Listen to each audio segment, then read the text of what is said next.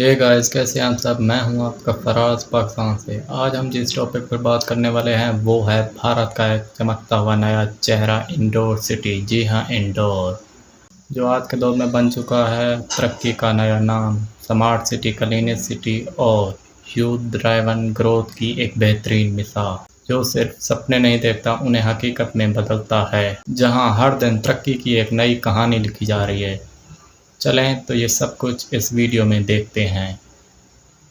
भारत का एक ऐसा शहर जो 7 बार क्लीनेस्ट सिटी का खिताब जीत चुका है, लेकिन क्या आपको पता है कि यह शहर अब भारत के सबसे तेजी से बढ़ने वाले शहरों में भी शामिल हो रहा है। आज इसका जीडीपी 2.2 लाख करोड़ क्रॉस कर चुका है और यहाँ के आईटी सेक्टर की रफ्तार इतनी तेज है कि नए स्टार्टअप्स और मल्टीनेशनल कंपनीज यहाँ लाइन लगा रही है। लेकिन सवाल ये है कि एक शहर जो कभी सिर्फ अपने स्ट्रीट फूड और कल्चरल हेरिटेज के लिए जाना जाता था, आज मध्य प्रदेश की इकोनॉमी का मेन इंजन कैसे बन गया? क्या इंदौर अगली मुंबई या बेंगलुरु बनने की राह पर है, या फिर ये सिर्फ एक टेम्परेरी बूम है? और क्या इंदौर सच में भारत का फास्टेस्ट ग्रोइंग मेट्रो बन सकता है? इस वीडियो में हम जानेंगे इंदौर के बनने की कहानी, इसकी इकोनॉमिक ग्रोथ, यहाँ का आईटी रेवोल्यूशन, मेगा प्रोजेक्ट्स और वो सभी कारण जो इस शहर को भारत का अगला इकोनॉमिक पावर हाउस बना रहे हैं। तो वीडियो को एंड तक जरूर देखिए, क्योंकि जो आप सोच रहे हैं शायद उससे कहीं ज्यादा इंदौर आगे बढ़ चुका है। Chapter 1, the rise of Indore.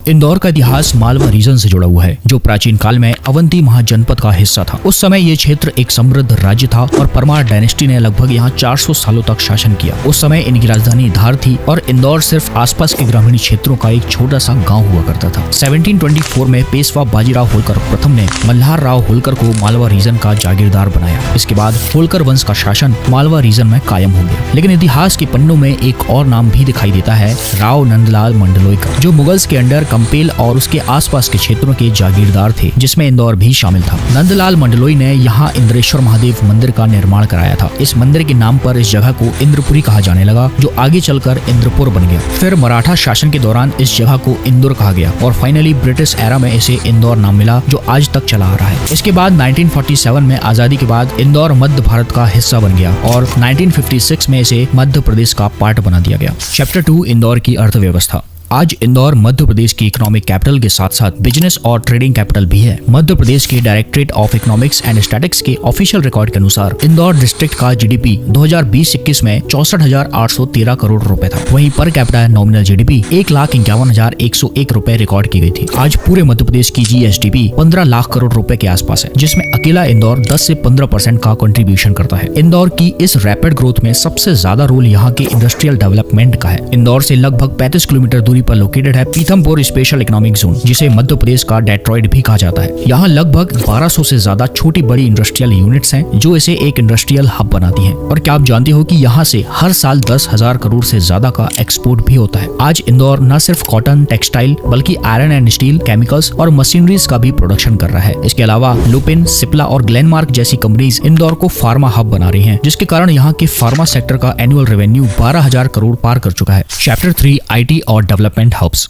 Indore आज सिर्फ एक व्यापारिक शहर ही नहीं, बल्कि टेक और डेवलपमेंट का पावर हाउस भी बन चुका है। पिछले कुछ सालों में आईटी और स्पेशल इकोनॉमिक जोन्स का तेजी से विकास हुआ है, जिसने शहर को नए आयाम तक पहुंचा दिया है। इंदौर के भंवरकुआ में located crystal IT park 5 lakh square kilometre में फैला हुआ है, जहां इन्फोसिस और टीसीएस जैसे बड़े आईटी जायंट्स हैं, जो नए एम्प्लॉयमेंट अपॉर्चुनिटीज को क्रिएट कर रहे हैं। इसके अलावा यहाँ का परदेशीपुरा आईटी पार्क और सुपर कॉरिडोर भी आईटी सेक्टर को रैपिडली ग्रो कर रहे हैं। 2024 तक शहर का एनुअल आईटी एक्सपोर्ट 4,000 करोड़ के आसपास होने का अनुमान है। Chapter 4, metro city transformation.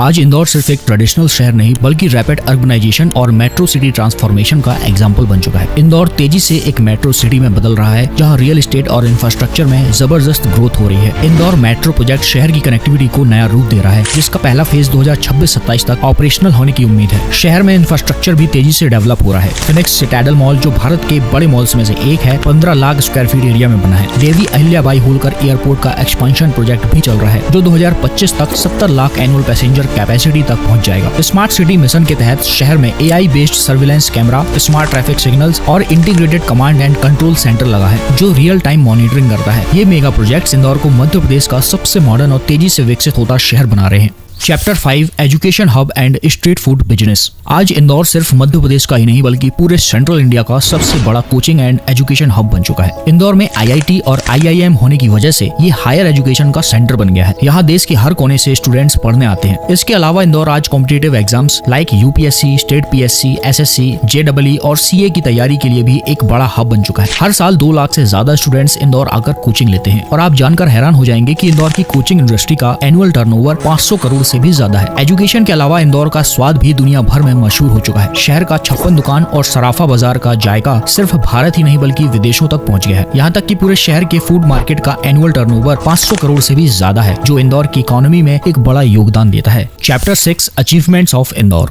हम सब ये जानते हैं कि इंदौर इंडिया का सबसे साफ शहर है और ये 2017 से लगातार सबसे साफ शहर होने का खिताब हासिल कर रहा है। लेकिन इसके अलावा इंदौर 100% गार्बेज कलेक्शन और वेस्ट सेग्रीगेशन में भी टॉप पर है। यहीं पर भारत का सबसे बड़ा इंसिनरेटर प्लांट है जो डेली 2000 टन से भी ज्यादा कचरा रिसाइकिल करता है, जिससे ग्रीन एनर्जी बनाई जाती है। इंदौर भारत का पहला वाटर प्लस सिटी है जिसमें 100% लिक्विड वेस्ट मैनेजमेंट होता है। इसका मतलब है कि शहर का पूरा सीवेज वाटर रिसाइकिल होकर नदियों में जाता है, जिससे वाटर पोल्यूशन नहीं होता। यहाँ पर AI based traffic management system लगाया गया है, जिससे ट्रैफिक कंट्रोल और सेफ्टी बेहतर हो रही है। इंदौर ने सिर्फ सफाई ही नहीं बल्कि फूड सेफ्टी और हाइजीन में भी टॉप पोजीशन हासिल कर ली है। फसाई यानी food safety and standards authority of India के हिसाब से इंदौर 5 बार क्लीन स्ट्रीट फूड हब के तौर पर अवार्ड जीत चुका है। Chapter 7 conclusion with future problems. Indore ने हर क्षेत्र में अपने नए मानक स्थापित किए हैं और जितनी तेजी से इंदौर आगे बढ़ रहा है उतनी ही तेजी से चुनौतियां उसके सामने खड़ी हो रही हैं। इंदौर की जनसंख्या रोजाना 300 से 400 लोगों की वृद्धि के साथ बढ़ रही है। 2030 तक इंदौर की पॉपुलेशन 50 लाख से भी ज्यादा हो सकती है, जो आने वाले समय में रिसोर्सेज पर और दबाव बनाएंगी। यहाँ के ट्रैफिक से होने वाला एमिशन और कंस्ट्रक्शन डस्ट से शहर की एयर क्वालिटी गिर रही है, जो हेल्थ के लिए खतरनाक हो सकती है। आपको क्या लगता है, क्या इंदौर आने वाले 10 सालों में भारत के टॉप 5 इकोनॉमिक हब्स में शामिल हो सकता है? और आपके हिसाब से इंदौर का सबसे बड़ा स्ट्रेंथ क्या है? कमेंट में जरूर बताइए। मिलते हैं नेक्स्ट वीडियो में।